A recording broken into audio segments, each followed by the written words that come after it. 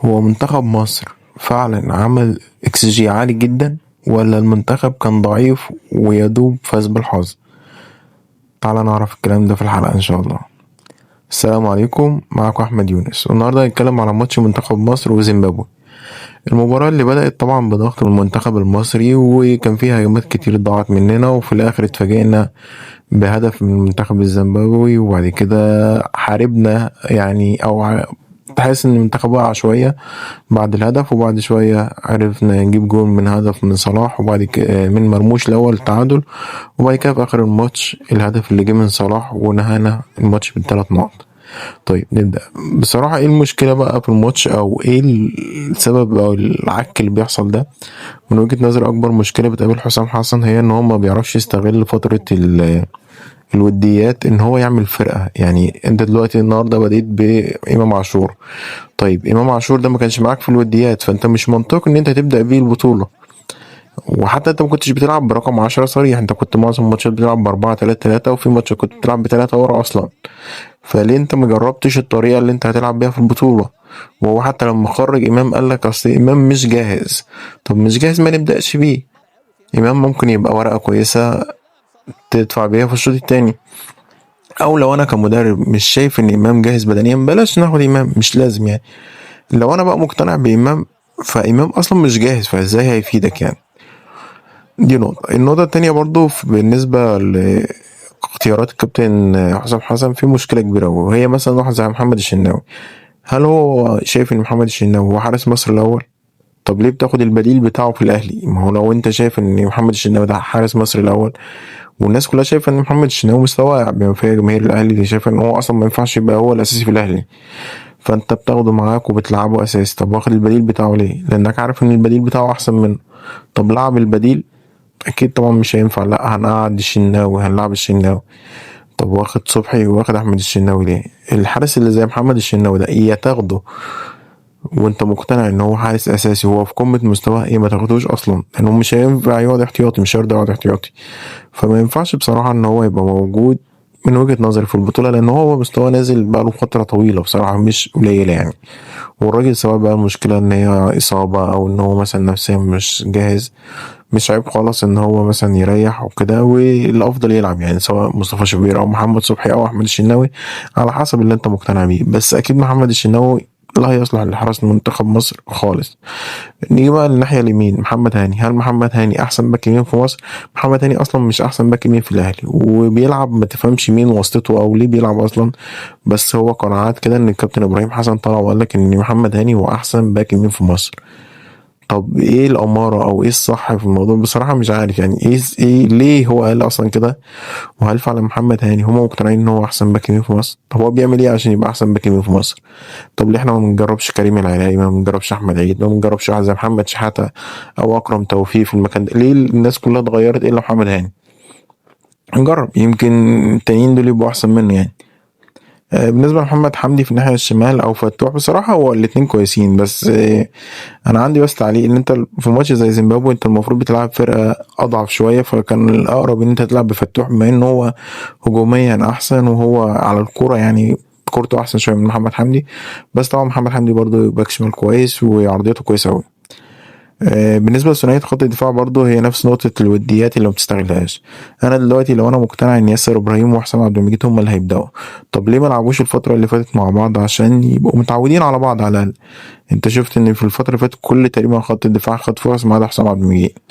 طب هو أصلا هو وياسر إبراهيم هيتعودوا على بعض إزاي؟ انت طول الوقت بتلعب سواء الماتشات الاخيره في التصفيات او الماتشات الوديه كنت بتلعب رامي ربيعه، وانا شايف ان رامي ربيعه برضو من النوع اللي هو ما ينفعش يتاخد اصلا، ان هو يعني الزمن عداه خلاص. يعني خلاص الراجل ده بقاله فتره طويله قوي مش كويس، وعمري ما كنت بشوفه بصراحه مدافع صل سوبر على يعني. محمد صل على محمد. نيجي برضو لخط الوسط، شفنا حمدي فتحي ومروان عطيه. طيب يا جماعة يعني ازاي 2-6؟ انت بتلعب زيمبابوي ما بتلعبش البرازيل يعني. يعني خلي 2-6 ديت واتنين دفاعيين او كده، خليها بعد كده. زائد برضو انا وجهة نظري ان مش لازم والله ان الفرقة كلها تبقى من لعيبة الاهلي وكده، عادي واحد يعني في لعيبة ياما كتير اوي في وسط ملعب مصر زي مهند لاشين مثلا افضل بصراحة من مروان عطية ومن حمدي فتحي. وعلى الاقل يا اخي يعني مهند لاشين اقوى حتى بدنيا واطول وكورته احسن يعني، كان هيديك كرة احسن بصراحة من وجهة نظري من مروان عطية وحمدي فتحي. وانا شايف برضه ان حمدي فتحي زيه زي رامي ربيعة زي محمد الشناوي اصلا ما كانوش ينفعوا يجوا معانا المنتخب اصلا. طيب قدام كان امام عاشور، وقلنا ان امام لو انت شايف ان هو اصلا كان يلعب يعني انت ما كنتش بتستغله، ما كانش بياخده اصلا قبل كده المنتخب قبل امام حتى ما يتصاب، قال لك اصل هو ادعى على الاصابه وبتاع ما كانش بياخده. فليه انت شايف دلوقتي ليه امام حلو دلوقتي يعني امام حلو لما جاي من الاصابه ولا هو عنده وخلاص يعني؟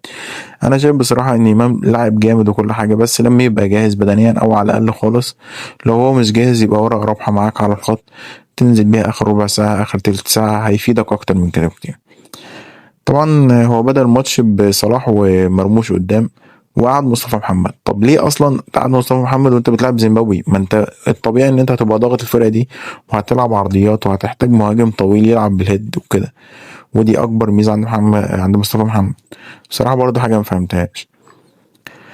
بعد كده طبعا لما بعد نص ساعة طلع إمام ونزل مصطفى محمد وبدأ يعني الفرقة تلعب أحسن شوية. وطبعا تريزيجيه برضه، تريزيجيه عندي ليه تعليق بصراحة من يوم ما رجع الأهلي، وفي حاجة في تريزيجيه كده هو عايز يحس إن هو نجم الفرقة أو بتاع.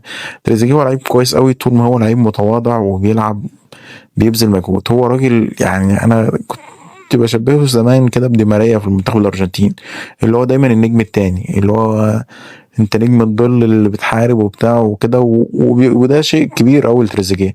انما عشان تحاول تبقى انت النجم الاول دي مش بتاعتك. تريزيجيه لا هو اللاعب المهاري قوي ولا هو اللاعب مثلا اللي عنده الفينش الخرافي مثلا زي صلاح فيفرق معاه. هو لعيب ميزته الاولانيه هي مجهوده وهو لازم يبقى عارف ده كويس. من وجهة نظري برضو في مشكلة ان حتى لما زيزو نزل في اخر الماتش شفناه كان نازل مقريف كده وما كانش بيلعب. زيزو طبعا ضيع كام كورة منهم كل اللي بالهيد وكان نازل باين عليه انه مقريف. دي مشكلة برضو ان حسام حسن بيتعامل مع المنتخب كأنه نادي، هو عايز يبقى في منافسة ما بين كل اللعيبة. لا، انا من وجهة نظري ان الافضل اصلا، وحتى في اندية في اوروبا بيعملوا الحكاية دي، ان يبقى معروف ده رقم واحد في المكان الفلاني، ده رقم اتنين، ده رقم تلاتة. ده مش عيب وما يزعلش حد وما يقللش من اي نجم.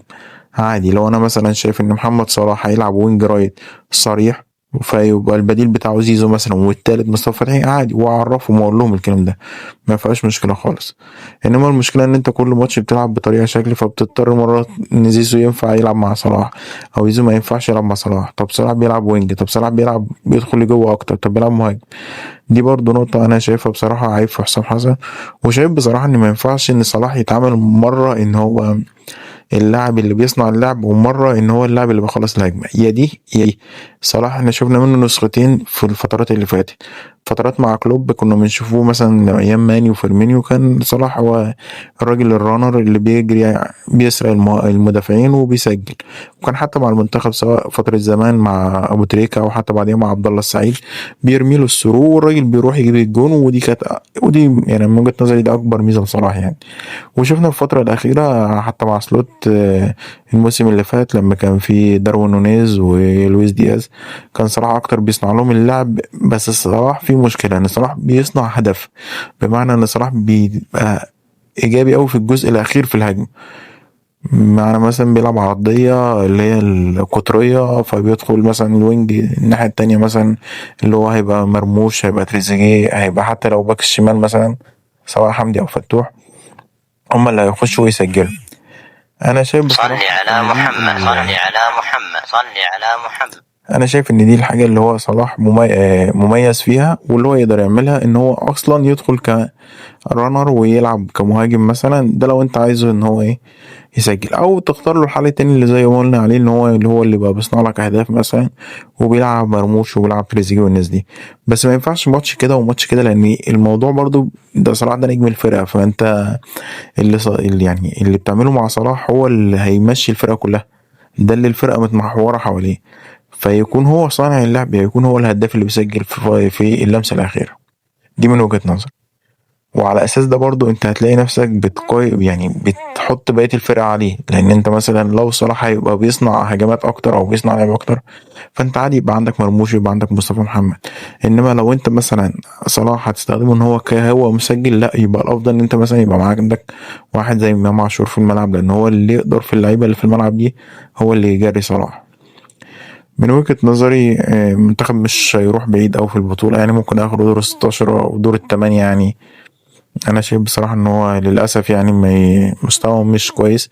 رحنا كتير بس وكور ضاعت وكده، بس لو بصيت على معظم الهجمات هتلاقيها حاجات فردية وحاجات من اللعبات المباشرة اللي هو حسام حسن الحاجة الوحيدة اللي بيعملها يعني، اللي هو يرمي الكرة للفريق في مرمى في منطقة الفريق المنافس والجماعة تتصرف بقى، سواء مرموش أو صلاح. طبعا مرموش يعتبر كان نجم الماتش.